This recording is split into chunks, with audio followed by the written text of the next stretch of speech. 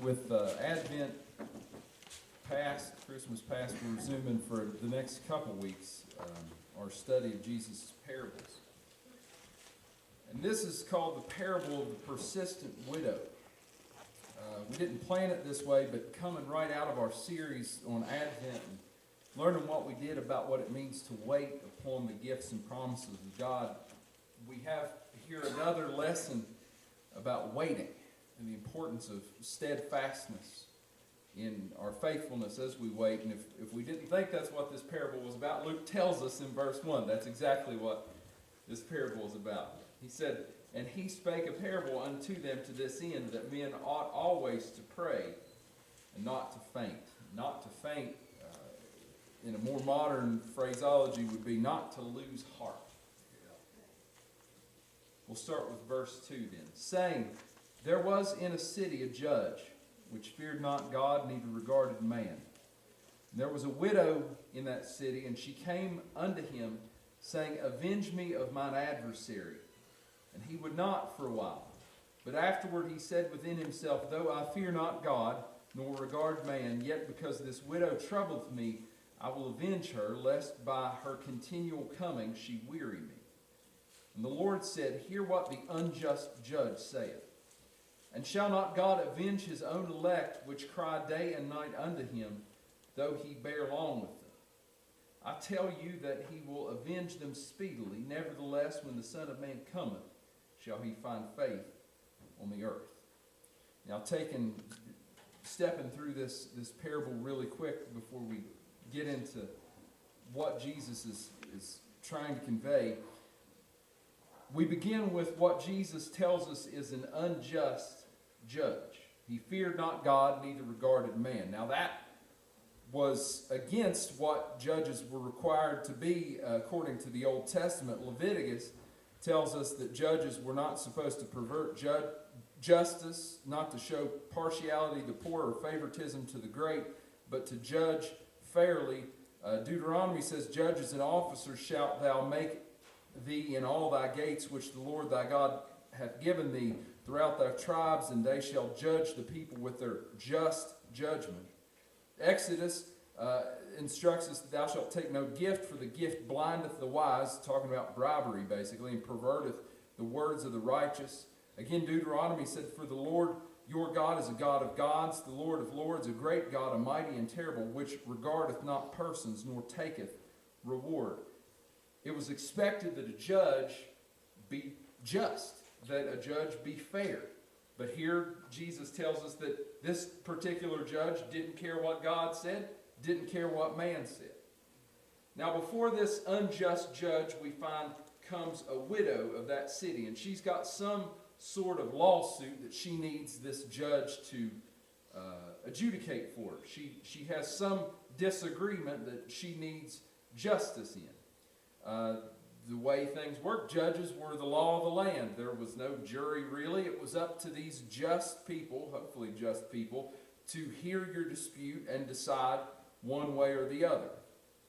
The fact that she's a widow is an important distinction here in this story because, as we have discussed many times before, in this patriarchal society, property passed from father to son. So in the absence of a male heir, women that were left widows and orphans are left without any kind of social safety net. Which is why so often in the law, in the Old Testament law, we see emphasis placed on protecting widows and orphans. Again in Deuteronomy, thou shalt not pervert the judgment of the stranger, nor of the fatherless, nor take a widow's raiment to pledge. Even in the New Testament, James, echoing this in his book, he says, Pure religion and undefiled before God and the Father is this, to visit the fatherless and the widows in their affliction, to keep himself unspotted from the world. So here is a woman of a protected class, and this unjust judge is so hardened in his heart that he won't give her the justice that she needs. Some ancient literature outside the Bible regards women who would walk into a court of law and represent themselves as courageous. They would be regarded as courageous given their low social status, but not here. It's only after her persistence that this judge is moved. And it's strange here because clearly Jesus is comparing us to the widow and God to the unjust judge. It's a strange character to put God, to compare God to, but what he's saying is, if even this unjust judge can be moved by persistence, even if he doesn't regard God, even if he doesn't care what God says, even if he doesn't regard man, he doesn't care what man says, if even an unjust judge will be moved by your persistence, think what a good and righteous and just God, how much more he will give justice to those that cry before him day and night. Yeah. Luke sums it up pretty well then, doesn't he? This is a parable about continuing to pray and not losing heart. But as with every Bible passage we study, it's always important to ask who this was being said to. Because certainly these words ring out true to us 2,000 years later, but there was an audience that Jesus was speaking to that day. Luke had an audience in mind when he was writing these words down. He could have chosen, no doubt, many different parables that Jesus delivered, but this is one that he preserved for the edification of his audience. So who is this? Who are we speaking to when we see Jesus speaking this parable? Well, if we look at the timeline where this occurs in the book of Luke, we see that Jesus at this point in the narrative is on his final march to Jerusalem. He's on his final trip down to Jerusalem, where ultimately we know he will enter the city triumphantly, but he'll also be crucified. And on the third day, he'll rise again. And at this point in the narrative, Jesus is encountering greater and greater and greater adversity to his message. He's coming up against religious adversaries who are trying to thwart him at every turn. He's coming up against people who are questioning him and throwing doubt on who he claims to be.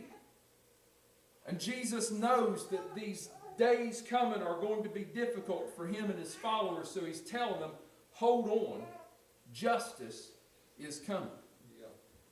And as we said, Luke also had an audience in mind. Luke was writing to the early church.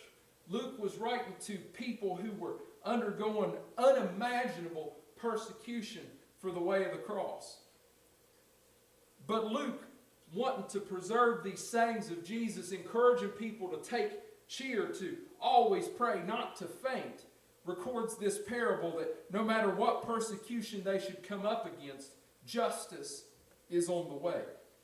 And we see how Jesus and his followers, Jesus speaking to that original audience there, we see how in just a short time this bore out, didn't it?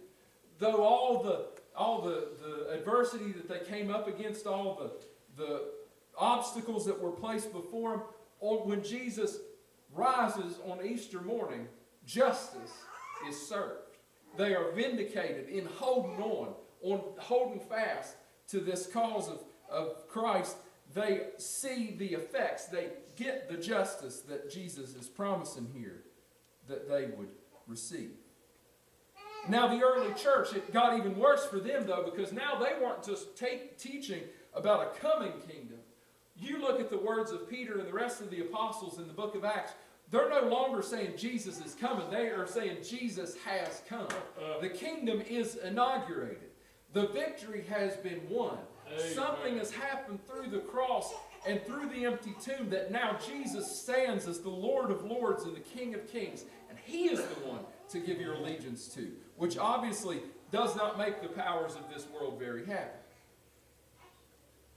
So they begin to persecute the early church as well. But look, we can see, even as an unrighteous judge eventually gives judgment, that early church was vindicated as this message of Jesus spread to every corner of the globe, as millions and millions of lives were changed by the message of Jesus. Justice, Jesus tells us, was on the way, and maybe they didn't see it to the level that we can look back and see it now, but they saw the effects of the gospel in people's lives.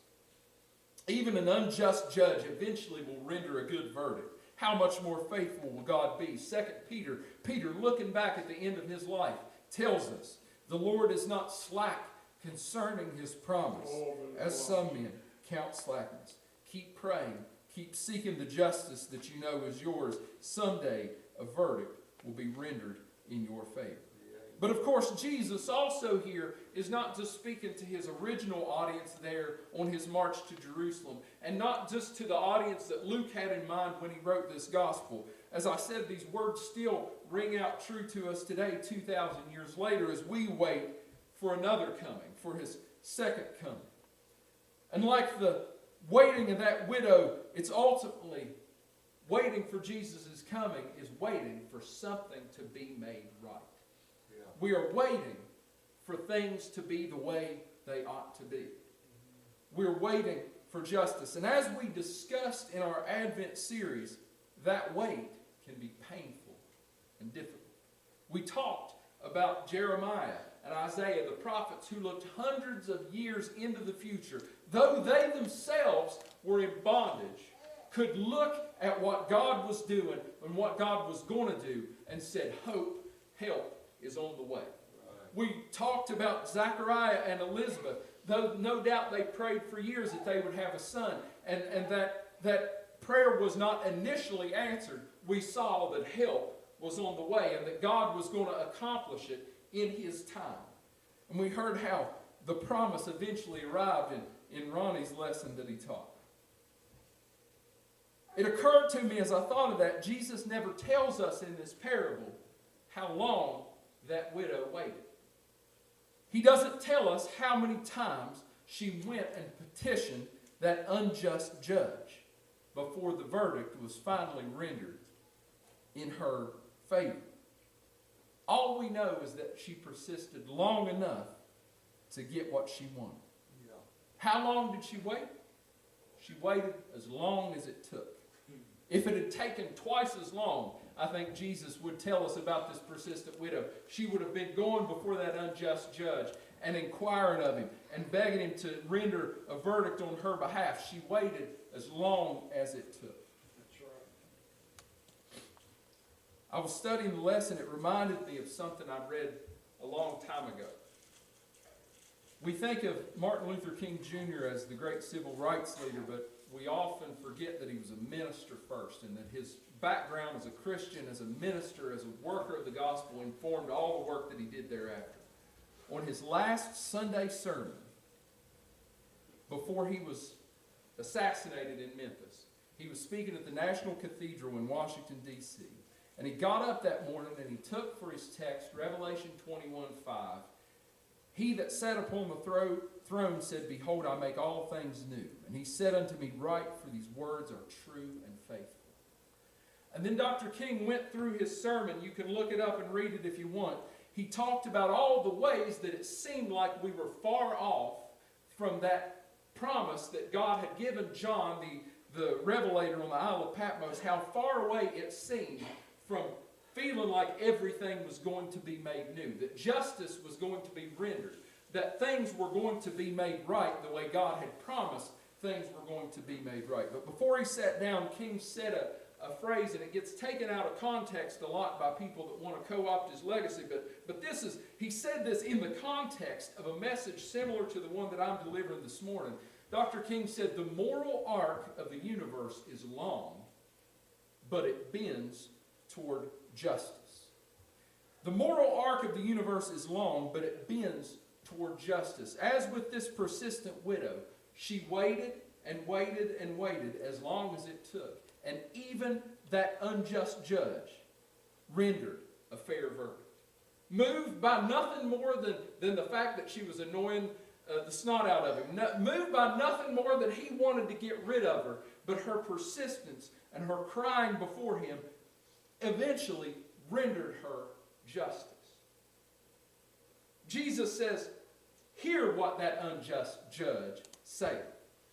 Shall not God avenge his own elect? If an unjust judge will do that, will God not avenge those that he loves who cry before him day and night, though he bear long with them, though they may have to wait, though the moral arc of the universe is long, eventually it bends toward justice. Jesus says, I tell you that he will avenge them speedily. If we believe in a good God, we believe eventually his justice, his goodness will prevail, that all things will be made new, that all things will be made right.